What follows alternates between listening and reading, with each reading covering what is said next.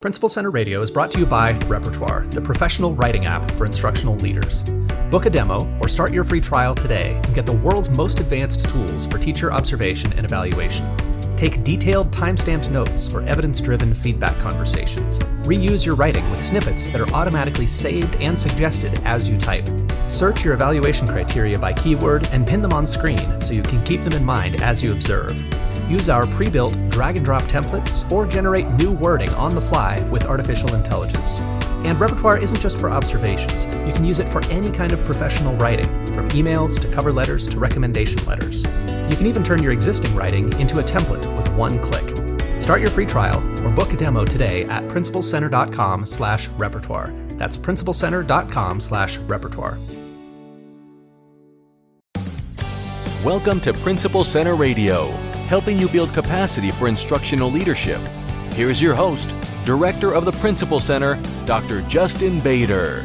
Welcome everyone to Principal Center Radio. I'm your host, Justin Bader, and I'm honored to welcome to the program Dr. Tim Cusack and Vince Bustamante, authors of Leader Ready, 4 Pathways to Prepare Aspiring School Leaders. Tim has more than 30 years of experience as an educator and naval warfare officer with the Royal Canadian Navy Reserve and currently serves as Dean of Education at Concordia University of Edmonton. Vince is an instructional coach, curriculum content developer, and author who resides in Calgary, Canada, who's co-authored 2 best-selling books with Corwin, Great Teaching by Design and the Assessment Playbook for Distance and Blended Learning. And they have teamed up on Leader Ready, 4 Pathways to Prepare Aspiring School Leaders, which we're here to talk about today. And now, our feature presentation. Tim and Vince, welcome to Principal Center Radio. Thanks very much, Justin. Just happy to be here. Thanks, Justin. Really looking forward to the conversation. Well, I'm excited to talk about this book because you review some of the research on assistant principals in general. And I had to laugh a little bit when I saw this table summarizing the research by decade on assistant principals. And every single row for each decade says more should be done to develop assistant principals, this important group of leaders. Why do we have this problem continually of knowing that we need to do something to develop assistant principals, and yet we're still kind of where we are? Take us into the situation with developing assistant principals as leaders. Yeah, so having been an assistant principal myself for many years, it was always interesting to get a sense of the types of professional learning that I saw my principal and other principals receiving versus what I was receiving. And so when I had an opportunity to do some doctoral studies, I really wanted to champion assistant principals, these aspiring school leaders with the hopes that one day they'll want to lead the school. And so when we looked at 50 years worth of research, and as you said, the summation at every decade was we should be doing more. A lot of great intention, definitely looking at the instructional leadership, the managerial leadership, that ethical, moral leadership lens. But a lot of good talk. And it's not that nothing was done to help move the yardsticks forward per se, but there wasn't really any roll up your sleeves. Here's a model, here's an approach to tackle that and to actually provide assistant leaders, aspiring leaders, assistant principals with an actual process to deepen those skills. And Vince had a lot of background and information about implementation. So we were the perfect pairing to bring a new spin to the research to say, despite all these great intentions, let's actually do something about it. Yeah, I think too, just very briefly, because Tim always does such a great job of summarizing the research. In my line of work, in working with assistant principals in both Canada and the United States, I find that the manifestation of this table of research is in the role of what some assistant principals feel, which is very managerial. The principal's in charge of the instruction, but if there's a behavior issue flaring up in the middle of the day, it's straight to the assistant principal's office. And I think part of that is just because all the research is saying we need to do more, we need to do more, we need to do more. And then there's an identity crisis a little bit of the assistant principal. What is my identity? Am I an instructional leader?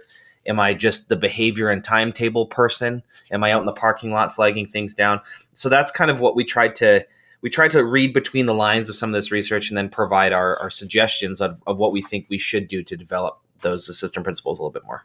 I like the idea that often when I'm working with aspiring administrators who have interviews coming up for an assistant principal position, one of the things I'll tell them is, districts don't hire assistant principals, they hire future principals. And I'm glad that you're approaching this with the perspective of leadership development, of having a pipeline. Because I feel like for so many people, it's exactly what you said, that being an assistant principal does not necessarily provide those leadership experiences and those opportunities because there is so much discipline and managerial work. And to some extent, that is by design, right? We want to free the principal up, from some of those tasks. But at the same time, if that creates a situation where the assistant principal does not have those opportunities to develop, what does that do to the next generation of principals when it's all discipline all the time, or all, dealing with the fires that break out, so to speak, rather than the leadership issues? So help us understand the relationship between the principal and the assistant principal as you envision it when it comes to that dynamic of, the assistant principal needs to take things off the principal's plate, but at the same time, we want this to be a role where people can practice being principals. And I think for us, it really comes into that title, assistant principal. It's not necessarily assistant to the principal. The word principal is the one that we take very serious there. And, both of us came from a school division where there's approximately 100 schools. And when we talk about learning, how every student deserves a great teacher by design, not by chance, we believe every school deserves a great principal by design and not by chance.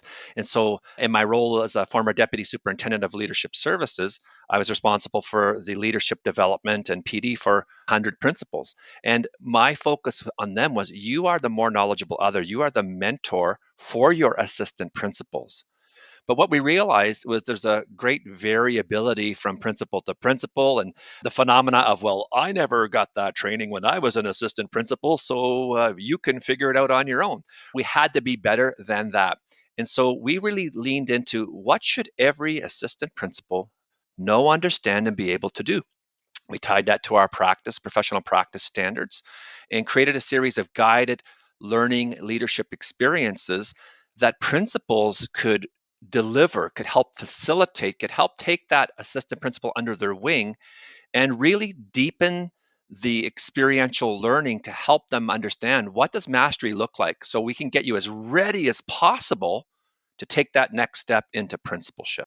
And I think the relationship extends beyond the assistant principal as well. We use the term aspiring leaders quite deliberately because most school districts, it's a very systematic kind of step-by-step approach. You classroom teacher, permanent classroom teacher, teacher leader, assistant principal, principal. And our post-COVID reality is we have certain school districts who are having to scoop up classroom teachers and put them directly into principal positions. And so what we offered was this idea that there's alternate ways into the principalship. So the alternative pathways into a principalship. So for example, my role led me into a district leadership position where I was a district curriculum consultant. And I sidestepped that role of an assistant principal, but I still should be getting appropriate preparation just in case I get scooped up. And so the relationship that exists there is the principal needs to recognize that, and Tim uses this all the time, so goes the principal, so goes the school. We need to prepare the supporting cast, whether that's an assistant principal or the instructional leadership team collectively, prepare them to be able to step into that role should something happen, or in the case of the kind of revolving door policy of some of our principals who are retiring, we have seats that we need to fill and we don't have enough qualified people to fill them.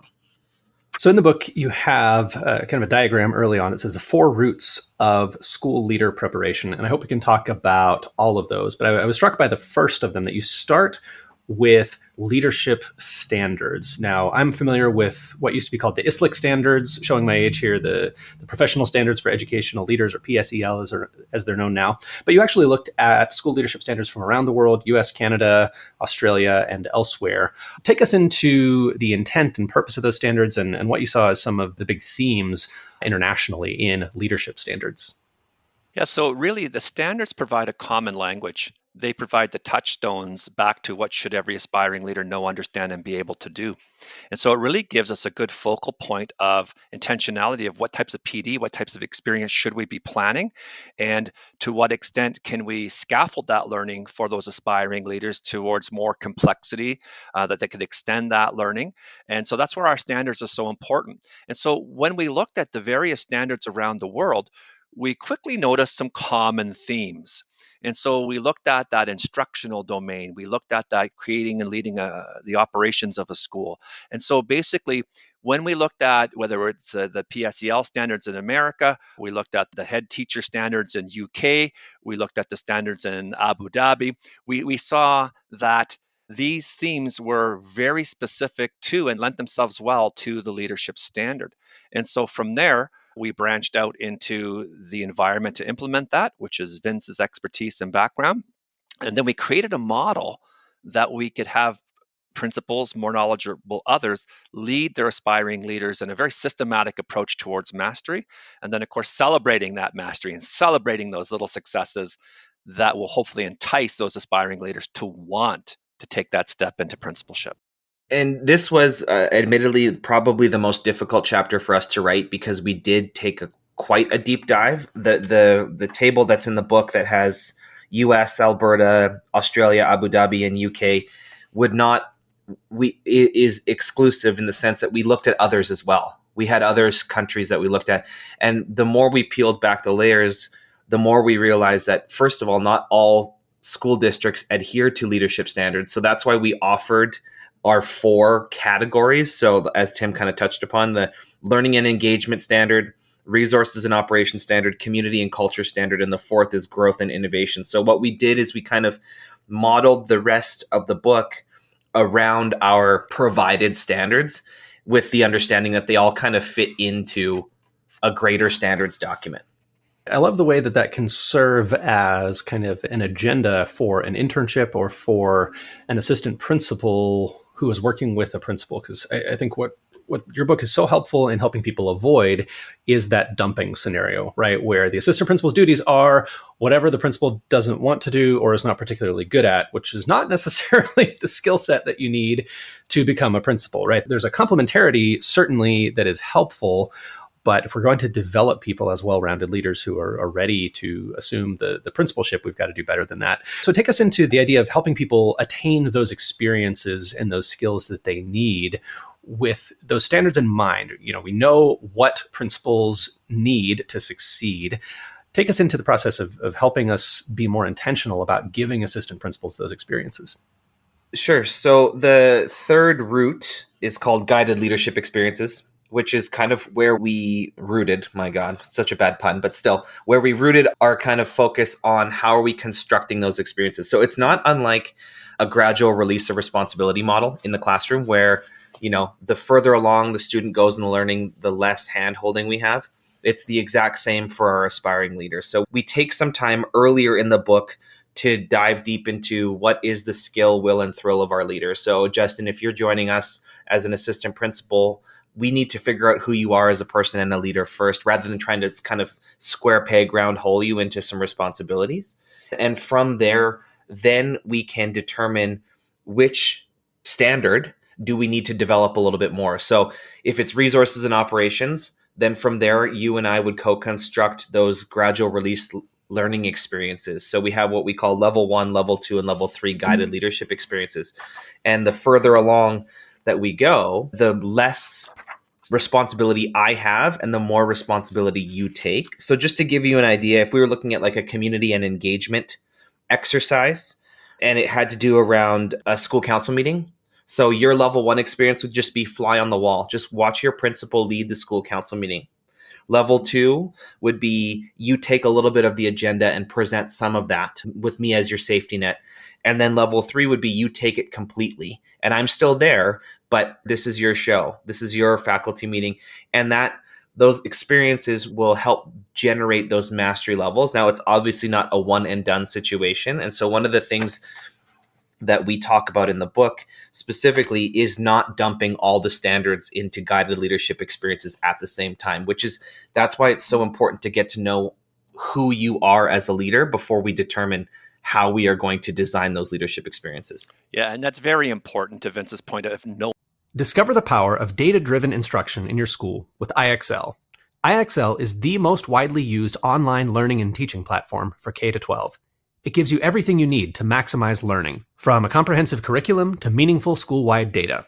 And IXL's diagnostic is research-proven to be a strong predictor of performance on standardized assessments, including NWEA MAP, STAR, and iLearn, just to name a few. The best part? Everything I just mentioned is all integrated into one platform, so you can simplify your EdTech tools. Visit ixl.com/center to lead your school toward data-driven excellence today. Knowing your people. What leadership experiences do they bring into the school community from the outside? Are they involved in a community organization, volunteering, military perhaps, like myself? We have leadership skills that we want to unlock, and we're even, really looking into our classrooms and classroom teachers. So we have a saying of shine the leadership quality standards on your teachers, because every teacher leads a classroom, leads a learning community, leads the instructional design, and it's spotlighting, highlighting, accentuating the times when you see those teachers leading and saying, hey, have you ever thought about that next step? So part of our model for the level 1, which is what can I read, watch, observe. 2 is kind of that you try, watch me, now let's try together, you try. It's safe environment to make mistakes, to learn from those mistakes, to take risks, and ultimately building a platform of mastery across different domains, all related to the leadership standards, because then we're not leaving it to chance. We're harmonizing the approach. And I think this is important for systems leaders to know. If you have several schools, a far-flung rural division or a bunch in an urban area, you can use this model to build a consistent experience of professional learning and development across schools. So what should every assistant principal in your school division know, understand, and be able to do? And so from our research, we looked at the ones most commonly asked for by aspiring leaders. So the book is geared to look at a lot of the operational pieces, not just like the scheduling or the discipline, but also elements of community engagement, of building partnerships, looking at the regulation, looking at policy procedure, not just the 2 or 3 things that your principal is assigning you. So this really gives an opportunity for those aspiring leaders to get a broader basis of experiential learning to help them feel more prepared when the time comes to assume the chair of principal, where we know they'll do even more learning. So our goal is to get them to a threshold where more will want to jump into school leadership. And we need more people to want to do that, given teacher shortages, leadership challenges that we're facing. So we want to build a very good reservoir of talent coming forward. And certainly, I want to acknowledge the existence and legitimacy of career assistant principals. That some people decide, I want to be an assistant principal. That is what I want to do. I don't want to become a principal. And I have to add on to that acknowledgement that there are often situations where, for whatever reason, the principal goes somewhat AWOL or just is not able to do all of the things that principals are supposed to do. So people who intended to remain assistant principals end up shouldering essentially both jobs at once, their own duties and the principal's duties. So I want to take the perspective of an assistant principal for a moment. And let's say we're not in the ideal situation where lots of smart people have thought about how to set me up for success. I'm just in a situation and maybe I'm doing my principal's job and my own job. What might I look for in your book to help me set myself up for success, especially if my principal is a little bit less than helpful? I mean, I just hear from a ton of people who are great assistant principals who are just carrying that extra weight of having a not great principal that they're working with. I think, first of all, you make a very valid point, and we address that point too. We talk in the 3rd chapter about calming, cautioning, and counseling, which is some people want to go straight to the principal's chair and they're not even close to being ready. So we have to kind of walk them back a little bit. Others want to stay as an assistant principal, and that's totally 100% okay. We need career assistant principals. And oftentimes those career assistant principals do end up shouldering a lot of those burdens because the principal misunderstands their utility as, well, you're just principal B. It's A and B rather than principal and assistant principal. And that can be problematic. So within our book, I think what those assistant principals could find if they don't have a great experience in their school is we do lay out specifically, like, here are some categories you should be focusing on. We provide examples and templates. We have a kind of leadership development planning template with some examples from both the assistant principal and the principal perspective, all kind of within our appendix and stuff. We intended this book to be an interactive book, so it could exist as a self-study. That's not an ideal. Obviously, it would be nice to have a collaborative, but if you wanted to self-study, there's lots of opportunities in here for reflection, and different perspectives of both principals and assistant principals are kind of woven in throughout. Yeah, and I would say we spend a good deal of time talking about expert noticing. And so if I'm that assistant principal and I'm noticing, I seem to be shouldering more than my fair share of the burden of responsibility here, there's always that opportunity to bring it back to the practice standards, because the principal and assistant principal are bound typically by the same practice standards. So let's talk about leading the learning community. Let's make sure that we're having a frequent set meeting time to talk about school operations, talk about the learning, talk about what's happening, and to feel comfortable to engage in those conversations with your principal. Like, I'm noticing that this, and while I appreciate the opportunity to learn and grow in this area, I'm also having these other things to tend to. So when I'm looking at my professional workload, my work-life balance, my responsibilities, can we have a conversation about that equitable distribution of work and assignments? So we want, through Bandura's framework, where we talk about self-efficacy. When you're on the airplane flight, the first thing is to put your own oxygen mask on first, which is so counterintuitive for us as leaders, because we want to help others first. So in helping ourselves professionally to say, okay, I think, if I'm putting the oxygen mask on, I have a lot going on here and I need help and support. So don't just assume that because I'm maybe thriving or doing well that I'm good and you just let me go. Let's ground that with frequent conversations, ongoing dialogue, our professional growth plan for the year. And we recommend, to Vince's earlier point, only pick one or two of the practice standards to do a deeper dive in, versus try to do a little bit of everything. And so I think the dynamic between principal and assistant principals is important. It's critical. And the staff see that. The staff know who's doing more of the lion's share of the work. Or, if the teachers are coming to the assistant principal because de facto they see that person as the principal, then that's the conversation to the principal. That's the cautionary tale. Hey, I'm not the principal. I want to be a principal perhaps, but let's have this conversation. And further, with expert noticing, what can you then do as the assistant principal to tap others, aspiring teacher leaders, on the shoulder and say, hey, do you now want to take on an element or help support me in some of these areas within the school community to deepen your praxis and growth as a leader? So we provide a lot of kind of conversations, social persuasion, difficult conversations, how to have those, how to ask good mediative questions. So when you're having kind of some of those difficult conversations, or we prefer the term carefrontation versus confrontation, and just how to professionally have that difficult conversation about workload or the experience I'm having, and what can we do to make that better. So certainly a very valuable resource for an assistant principal who is as you said, looking to kind of self-study and build their confidence as a leader and prepare for perhaps a principal position elsewhere if opportunities are not making themselves available in their current position. I wonder if we could close by just talking a little bit about system level use, because certainly these are system level considerations that, if they're not being addressed, need to be by principal supervisors, by superintendents, in order to have viable leadership pipelines and pathways. What do you hope that system level leaders will do with this book? So for me, and I'll just offer something very briefly, then I'll turn it over to Tim, who has a little bit more systems level experience. For me, the first thing I would say is start to think outside the box of where you're attracting your leaders from. So not just exclusively that one-way track. Open your perspectives to alternative pathways into the principalship. That would be my systems level suggestion. And I would say Leader Ready provides systems leaders with a very dedicated approach to how to grow great leaders. In looking at the 4 pathways, it is a harmonized, a systematic approach to ensure that all of your aspiring leaders are learning what's important to your local context of what every assistant principal should know, understand, and be able to do.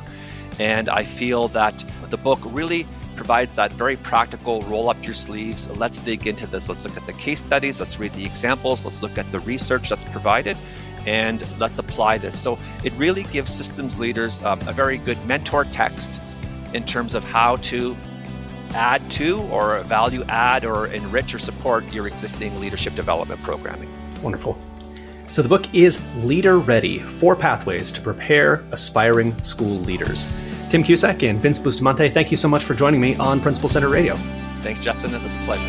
Thank you very much. Thanks for listening to Principal Center Radio. For more great episodes, subscribe on our website at principalcenter.com/radio.